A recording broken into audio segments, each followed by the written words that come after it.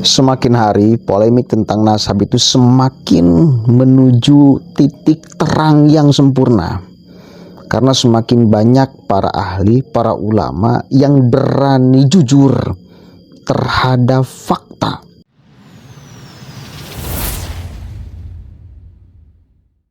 Assalamualaikum warahmatullahi wabarakatuh. Sahabat pecinta channel Cinta Tasbih yang dirahmati Allah Subhanahu wa taala. Alhamdulillah kita bisa berjumpa kembali di channel ini. Semoga perjumpaan kita kali ini senantiasa membawa keberkahan untuk kita semuanya. Amin ya rabbal alamin. Di awal video tadi kita dengarkan bersama-sama bahwasannya ulama kita, kiai kita, dengan adanya pembahasan nasab yang semakin hari semakin menemui titik terang. Dan akhirnya ulama-ulama kita memberanikan diri untuk berani membuka, menyampaikan kepada umat agar umat yang selama ini tidak mengetahui tentang hal masalah keabsahan nasab kaum habaib. Dan akhirnya ulama-ulama kita memberanikan diri untuk menyampaikan hal yang sebenar-benarnya agar umat tidak tersesat dengan sejarah-sejarah Islam. Dan kali ini Kiai Haji Nur Ihya kedatangan ulama, di mana dalam pembahasan beliau Kiai Haji Nur Ihya menyampaikan hal-hal yang seharusnya kita ketahui, yang telah kita dengarkan bersama-sama, tentang halusinasi seorang Habib yang mengakui dirinya sebagai Duriyah Rasulullah Muhammad SAW. Ternyata beliau tidak sambung kepada baginda Rasulullah Muhammad SAW. Maka dari itu, marilah kita simak terlebih dahulu penjelasan Kiai Haji Nur Ihya berikut ini.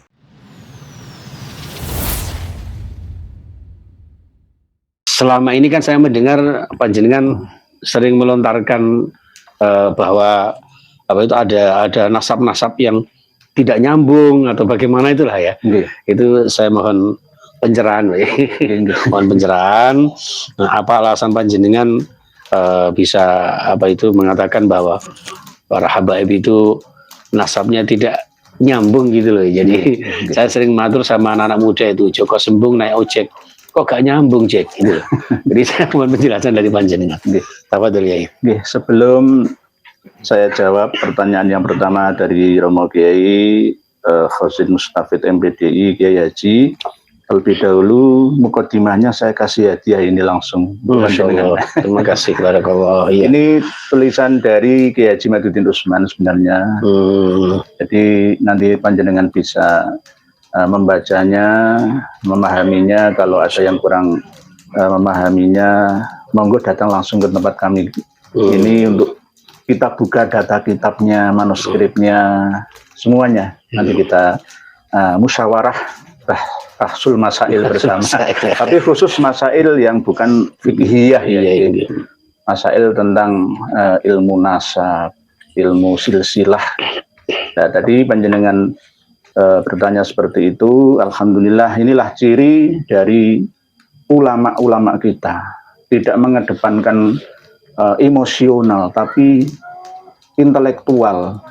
Jika tidak bertanya maka tidak tahu, maka bertanyalah. Malu bertanya sesat di jalan. Kenapa kok saya sering menyampaikan hal-hal yang kontroversial? Apakah gara-gara Kiai Haji Maduddin Usman saja yang melontarkan wacana tidak tersambungnya nasab para habib yang ada di Indonesia ini, atau bagaimana? Pertama kali memang beliau yang menyampaikan dengan tesisnya itu, lalu gaung pun bersambut, kami pun ikut melakukan penelitian. Tetapi sebenarnya sudah sejak lama ya, saya meneliti ada ketidakberesan, ada kejanggalan dalam doktrin dogmanya para habib ketika menyampaikan kajian-kajian kepada umat. Dan fakta di lapangan juga, ketika ada dua pengisi acara di satu panggung yang sama, yang nomor satu mereka, nomor dua itu kiai-kiai pribumi Nusantara. Seperti berkasta-kasta dalam agama ini, padahal itu tidak ada aturannya, tidak sesuai dengan ajaran yang dibawa oleh Nabi kita. Mereka merasa kasta nomor satu. Seperti zaman Belanda dulu, memposisikan mereka dan orang-orang Eropa menjadi kasta tertinggi. Kedua, baru China dan Arab. Berikutnya juga Eropa-Eropa jauh. Nomor 3, baru kita-kita ini sebagai inlander atau bangsa yang terjajah. Itu julukan bagi kita dari mereka bahwa kita ini bangsa yang terbelakang. Bisa diperbudak, bisa di-divide and impede, bisa diadu domba, dibentur-benturkan satu sama lain. Nah, bermula dari kasus inilah maka kami pun bangkit. Yang sudah lama terpendam itu akhirnya kami munculkan ke permukaan. Jangan sampai kami dituduh pembawa penyebar fitnah. Maka saya tampilkan kitabnya. Kitab-kitab ini ya, ini bukan kitab tafsir seperti yang panjenengan sampaikan dalam ceramah-ceramah itu. Ini kitab khusus nasab. Yang bisa mengakses dan memiliki kitab-kitab ini adalah Naqobatul Ashraf Internasional. Tidak ada penerbit yang mencetak kitab-kitab ini di Indonesia. Kecuali baru-baru saja di antaranya kitab internal kalau misalkan semisal Syarhul Ainiyah. Ini kitab internal para Habib sendiri. Kalau kitab-kitab nasab sejak abad 2 sampai 9 Hijriah ini di Indonesia hampir nggak ada. Dan alhamdulillah kami sudah mendapatkan ini sejak lama sebenarnya. Kami kaji terus seiring dengan pengakuan oknum ya Habib Alawi, dalam diri saya ini ada darah Nabi, saya ini ada cucu Nabi lah. Dan akhirnya menganggap orang selain dari klan mereka itu rendah. Kiai pun 70 yang alim banding satu Habib bodoh itu masih mulia Habib satu yang bodoh. Dan doktrin-doktrin tentang kebebasan mereka dalam berbuat apa saja, termasuk berbuat maksiat sekalipun. Karena datuk saya yang mulia, insya Allah tetap masuk surga. Nah, ini sama seperti sistem feodalisme. Sama seperti sistem penjajahan dulu. Nah, akhirnya bangkitlah hiroh saya untuk menyampaikan ini kepada umat dan masyarakat, karena berdasarkan sabda Nabi kita, katimul ilmi mal'unun itu, orang yang menyembunyikan ilmunya, maka dia akan dilaknati oleh Tuhannya. Maka mau nggak mau sebagai fardu kifayah hukumnya saya sampaikan itu.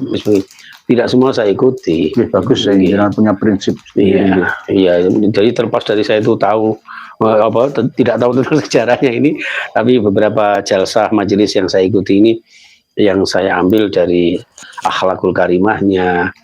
Kalau ada sesuatu cerita-cerita yang setelah saya selidiki di hadisnya tidak ada, dirinya tidak otentik, saya juga angkat tangan. Nah, ini kalau panjenengan kan mampu nggih untuk menfilter informasi yang masuk. Kalau orang awam kan, oh iya ya. Saya ngomong itu cucunya Kanjeng Nabi, mesti bener kan?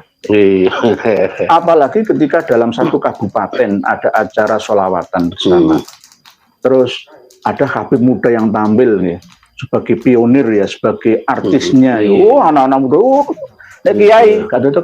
Oleh sebab itu kan perjuangan kami ini untuk melariskan sholawat panjenengan. Kiai itu tampilkan, jangan saya, nggak usah, saya nggak salah itu nggak apa-apa.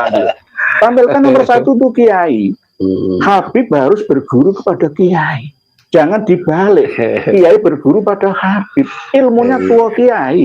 Ini panjenengan saya yakin, saya percaya. Kalau yang orang-orang awam ini bagaimana? Kiainya diam saja. Ya sama dengan kambing, domba, silakan dimakan oleh singa, kan begitu. Kiainya yang berdosa ini nanti itu. Ibarat kita ini penggembala, kok membiarkan gembalaan kita dimakan oleh serigala. Ya, berarti kita sama dengan katimul ilmi mal'unun itu, sama dengan orang yang tidak memiliki jiwa amanah bisa dipercaya. Nah, inilah yang membangkitkan semangat kami, ya. Bukan karena apa-apa, bukan. Karena